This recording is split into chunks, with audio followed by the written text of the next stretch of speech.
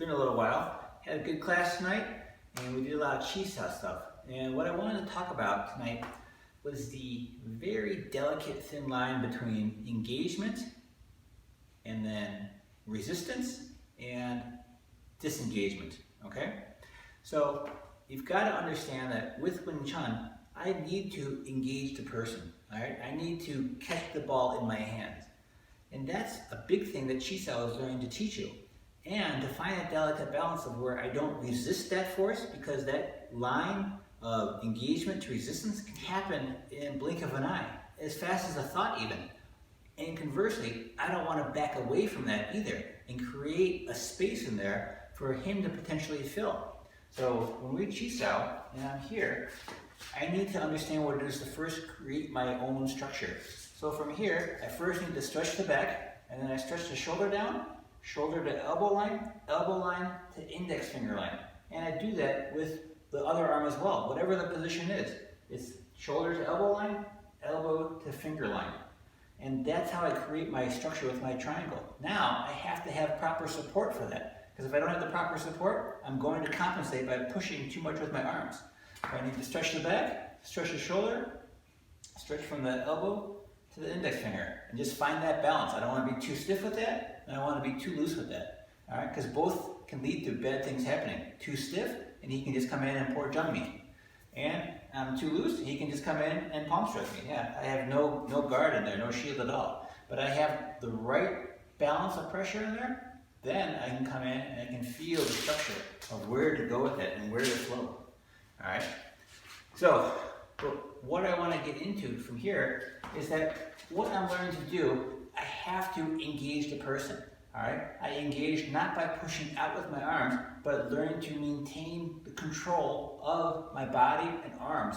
And then, if I need to, I can go forward. But I go forward just to feel the slight compression of my arms. That's it.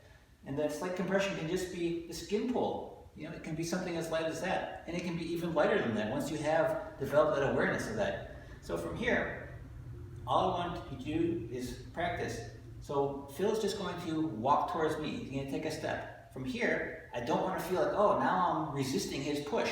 So when he comes in and walks towards me, I want to feel that engagement and then step with that. So there will be some very slight compression, but to feel that on the body and ultimately body telling the legs when to move, I have to have that right connection. So he comes in to push, he steps forward towards me, I can naturally walk back with that. Now, if he steps back and he steps back with that, I don't want to create this space, because now that disengages. That, when we get into freestyle Chi Sao in a moment, that can give him a potential door to go through to hit me. So from here, when he comes forward toward me, I feel that engagement. I need to feel that body weight of his wall. Now, when he steps back, I want to maintain that. All right, and that's one of the things that you're developing through Chi Sao. I should never feel like I'm resisting that person. Remember, if you feel resistance, it's because you are resisting against his force on you. All right, he's trying to apply power onto you. You're trying to apply power onto him.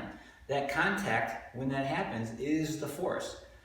I don't want to resist that, all right? Ultimately, I need to go and flow with that to the target. That's the big thing. I don't want to just flow with it for the sake of flowing with it, because then he could still be the puppeteer to my puppet. I want to be the puppeteer and make him the puppet. To do that, I have to have the structure and be able to make that flow. So when we're here, we're practicing that engagement with each motion.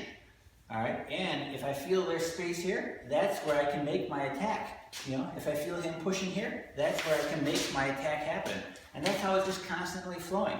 From here, I can make my attack. See, I feel him push this way, I can make the attack happen. He does his next motion, yeah, I can make my attack happen.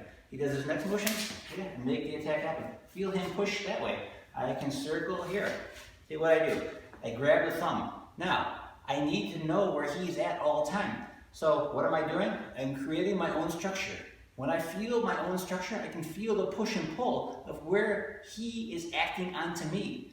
And that push is this way. So what am I doing? I feel the engagement and I go with that. Now, I go with that, but my body is going forward to move because I need to apply my power to the target.